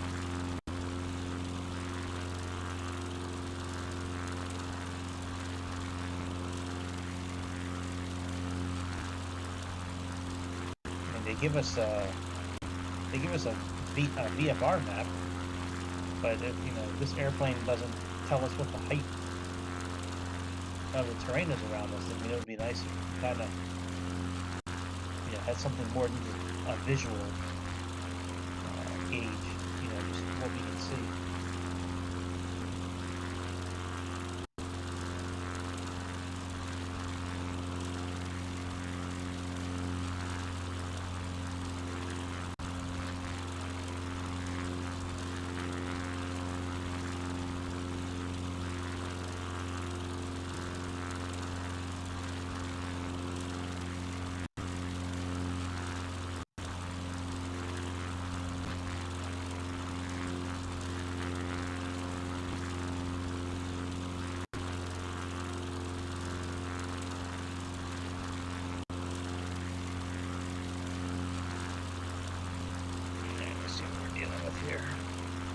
Sorry, I'm kind of zoning out a little bit. I'm a little tired. I've been up since very early this morning. Alright, let's drop down to 6,000. I'm just going to keep on going until this line starts getting closer. I mean, nothing here says anything about an altitude. And this VFR map certainly doesn't say anything about altitude. It shows us the outline of certain mountains and things like that, but, you know. And we kind of have a rough idea, like when it's, you know, really yellow, it's really tall. If it's like light, you know, light green, it's, you know, or dark green actually, it's, you know, lower to the ground. Blue is obviously, you know, the water. So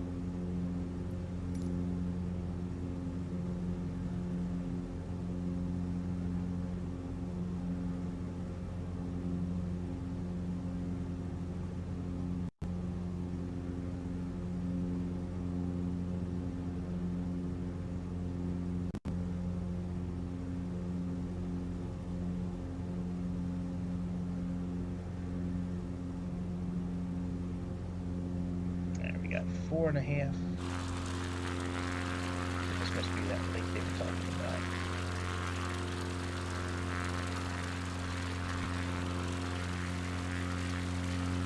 Msfs, deepest and largest mountain lake in Germany. Pretty cool. Alright, let's hold off here.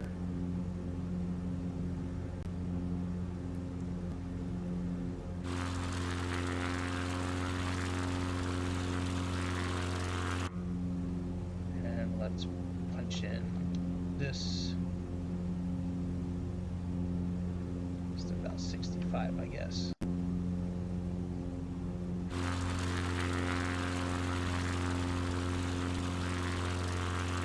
Msfs, we're going to turn 350 and go to Cocklesea, turn to the north, fly between two mountains, Herzogstand on the west, and Lochberg on the east, to a smaller but equally spectacular lake, Fortress. That is the Isar River, and then our airport. Somewhere in the grass. Who knows where it's at? But somewhere in the grass. Alright, let's put this power back up to 90. See where we top off speed-wise to see if we need to do anything with our fuel mixture.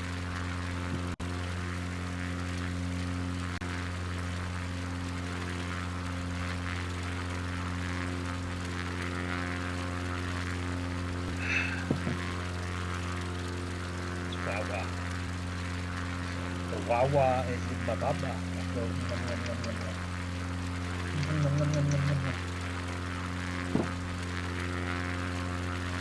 Wawa. Alright, so at 90% we're at 103. Let's see if we adjust the fuel mixture, if that changes anything.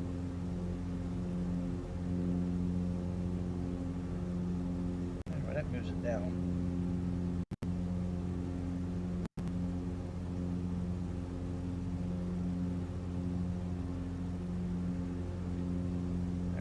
It out a bit.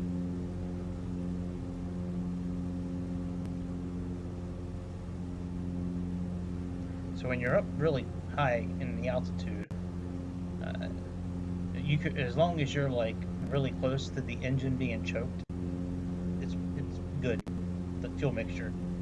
When you're at these mid levels, you know, 5,000, 7,000, 8,000 feet, it's really a fine balance trying to find this right fuel mixture, you know, where you start increasing speed and you don't lose speed.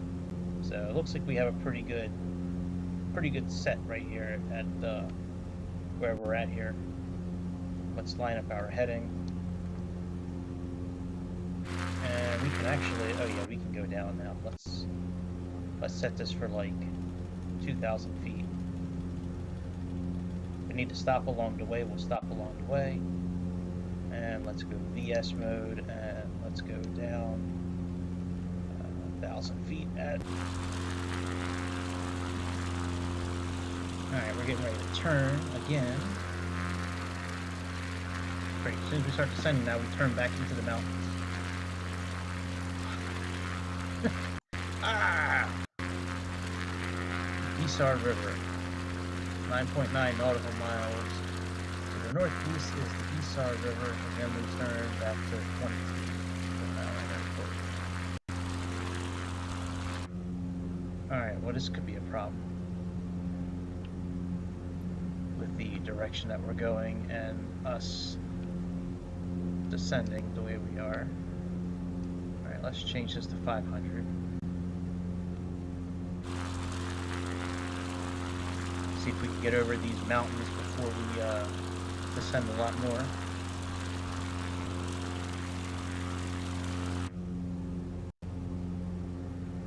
I think it's going to be cutting it kind of close, to be honest.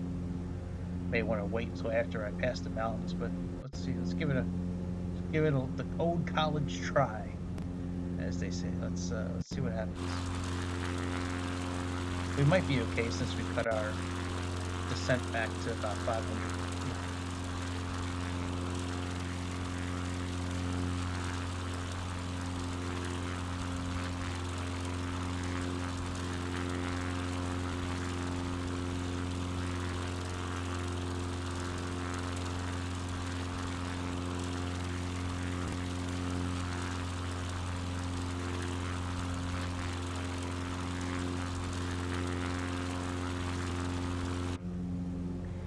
Alright, we're okay still.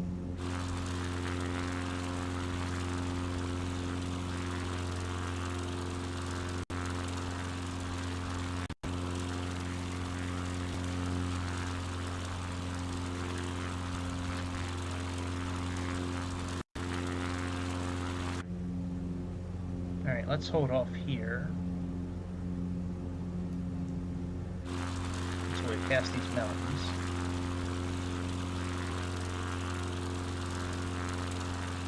I know we have room, but just in case, you know, I've flown enough of these bush trips to experience, like, you know, pockets of turbulence or downdrafts or just stuff you wouldn't expect to happen, and then you wind up crashing. I mean, crashing is no big deal in these bush trips. It just starts you from the last, like right before you crashed, pretty much is where it starts you from, but still. You have to go through all the menus again and then set the airplane back up again. It's just easier not to crash. You can help it.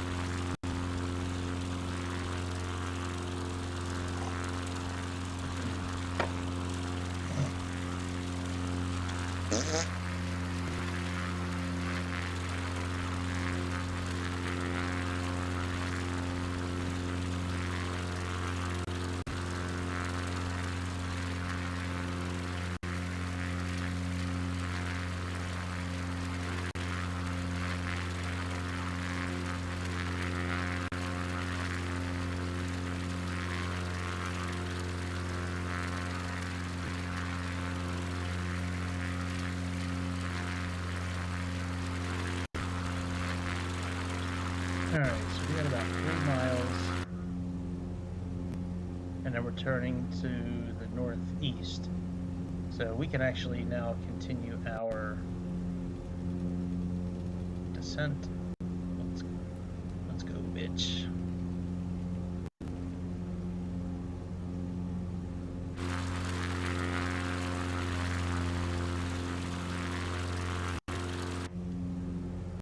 Yeah, 1,000. Let's put this down to like 1,500.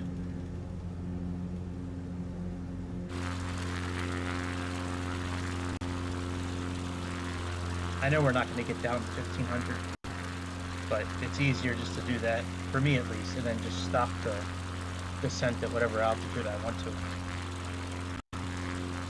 Like, probably 4,500 is probably going to be a pretty good, maybe 4,000 feet.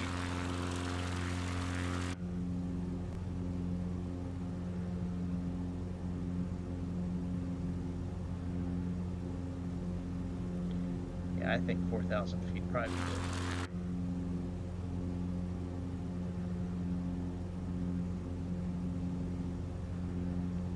Alright, we're turning towards our airport now. Let's just hold off here. And let's put on landing lights. And let's see if we can find our airport.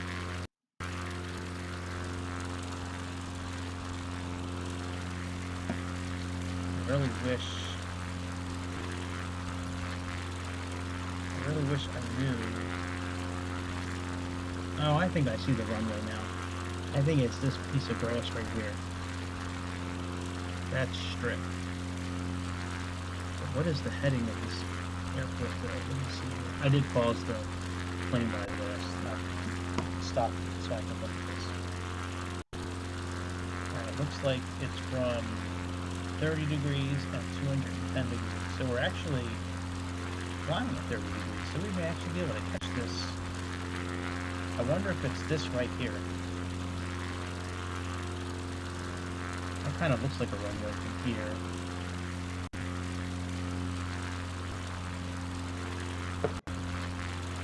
Let's give it a shot. Let's close this out. Let's do this. And let's actually deactivate the autopilot.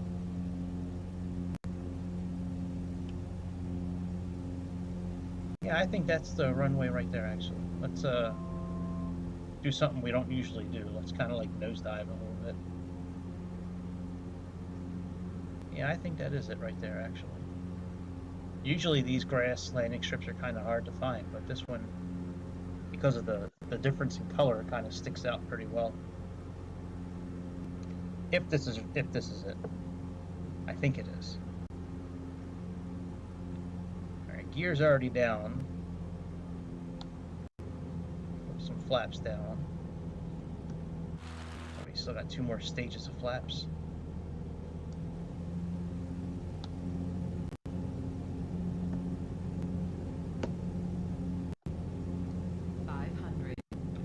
Thank you, darling. And there's Walmart over there. All right, very good. Sam Walton.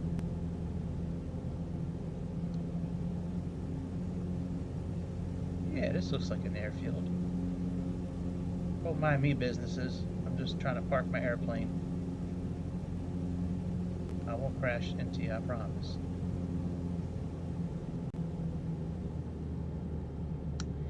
Alright, cut off the engines and let's aim for the back of the runway. Very good. Give it a little bit of brake.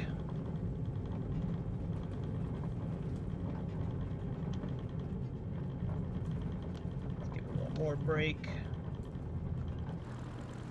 And we can angle back a little bit.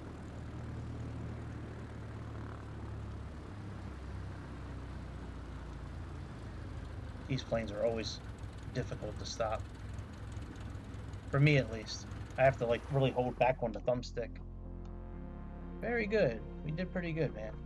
Not bad. Alright, I think I'm good for tonight. I think, you know... Yeah, I've been streaming for about 2 hours. Ain't nobody's chatted. Ain't nobody's checked this shit out, I don't think. So, hey, man. It is what it is. I'm gonna keep on doing what I do. And if people like it, people like it. If they don't, they don't. But I'm just going to keep on doing what I do. I think I am going to do that news deal with the Flight Simulator news. I think I'm going to start doing that this week. But anyway, that's about it, my friends, for tonight.